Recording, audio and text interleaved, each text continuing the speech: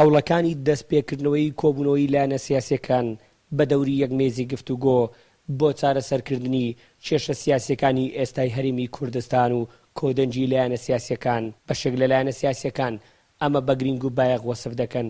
ئەندامێکی وەفتی پاردی کە لامان کاتدا ئەندامی سەرکردایەتی پارتی دیموکراتی کوردستانە دەڵێ هەوڵەکەی یەکێتی نیشتیمانی کوردستان بەرز دەنرخێنین ئەرکێکی قورسی هاوشتە سەرشانی خۆی دەشتوانێ لەم کەنارە تێپەڕێنێ و هەمووان کۆکاتەوە. ئەو هەوڵانەی کە ئێستا دەدرێن و ئەو کوبوونەوەی کە ئێستا دەکرێن و ئەو گەڕی کوبوونەوەی کە بە تایبەت یەکێتی نیشتیمانی کوردستان دەست پێ کردی من پێم وایە ئەو پەڕی با بڵێن هەستکردنە بە مەسئولیەتی مێژوویی و بە قورسی ئەم قۆناغی کە ئێستای تێداین ئومێد دەکەم کە هەمومان و لەلایەنی پارتی دیموکراتی کوردستانیشەوە پێمان وایە لە پێش هەموویانەوە ما مستعدادەمان نیشاندەوە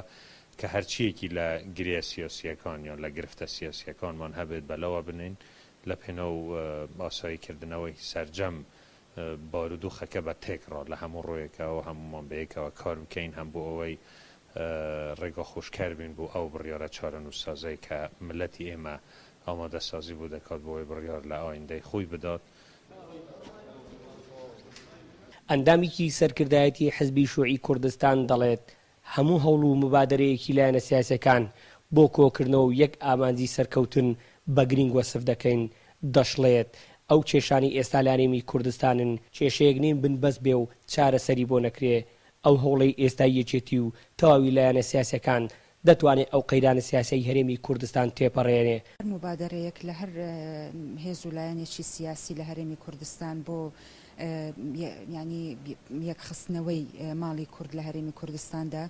بەبەرز دەنرخێنین و پێمان وایە هەر لایەنێکی سیاسی ینی وەکو ئەرچێک لە سەرشانیەتی کە لەم قۆناغی ئێستادا کار بۆ ئەوە بکات کە بتوانێت هەموو لایەنە سیاسیەکان کۆ بکاتەوە و کار بۆ ئەوە بکات کە